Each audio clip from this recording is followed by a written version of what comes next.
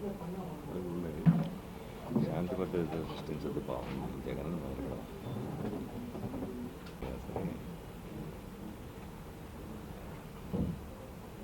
సరే వాళ్ళు మేలు కోసం పారదర్శన సమర్థవంతంగా పారదర్శకంగా నిర్వహించినప్పుడు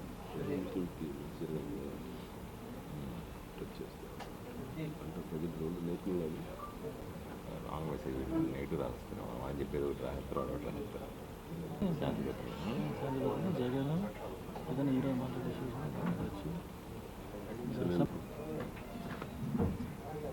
ఒకసారి పేర్లు చెప్పేసి మొత్తం నమస్కారాలు.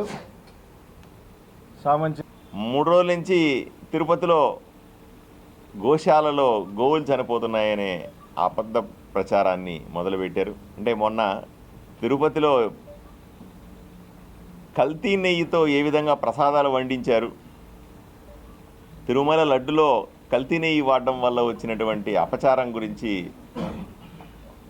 6 నెలల ముందు పెద్ద ఎత్తున ప్రజలు చర్చించుకొని వైఎస్ఆర్సీపీ అప్పటి ప్రభుత్వాన్ని, జగన్మోహన్ రెడ్డి ముఖ్యమంత్రి గారిని, అప్పటి ముఖ్యమంత్రి గారిని పూర్తిగా అసహించుకునే పరిస్థితుల్లో ఈరోజు ఏదో విధంగా సింపతి పాలిటిక్స్, సానుభూతి రాజకీయాలని తీసుకురావాలన్న ఉద్దేశంతో, ఈ ప్రభుత్వం మీద బురద జల్లాలన్న ఉద్దేశంతో తిరుమల తిరుపతి దేవస్థానం గోవులు అనే కొత్త డ్రామాకి తలలేపారు. ఏదో విధంగా మత రాజకీయాలు రెచ్చగొట్టడం. ఈరోజు కూటమి ప్రభుత్వం కూడా చాలా సమయంతో ఉంది. ఎక్కడ ఏ విధంగా రెచ్చగొట్టినప్పటికి కూడా, ఎక్కడ ఏ విధంగా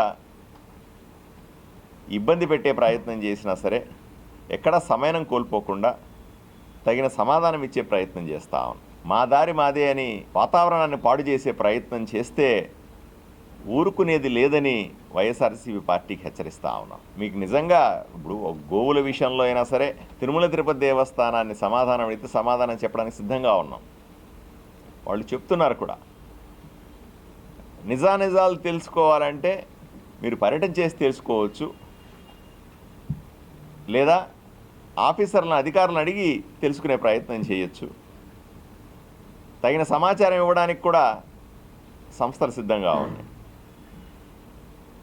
అలాగే ఎవరో పాస్టర్ చనిపోతే దాన్ని మా మీద రుద్దే ప్రయత్నం చేయడం, అంటే వీళ్ళకి రాష్ట్రం ప్రశాంతంగా ఉండడం ఇష్టం లేదా అని సూటిగా అడుగుతా ఉన్నా. ఈ విధమైనటువంటి మత రాజకీయాలు, ఈ రకమైనటువంటి అశాంతి రాజకీయాలు చేయొద్దని జగన్మోహన్ రెడ్డి గారిని హెచ్చరిస్తా ఉన్నా. రోజా గారు మొన్నటిదాకా మంత్రిగా చేసిన మనిషి, రాజకీయాల్లో పనిచేసే సందర్భంలో వాళ్ళు ఏ విధంగా అయినా సరే నిరసన తెలిపే హక్కు ఉండదు, మనకేం ఇబ్బంది లేదు. కానీ నోటికొచ్చినట్లు మాట్లాడే హక్కు ఎవరికీ ఉండదు.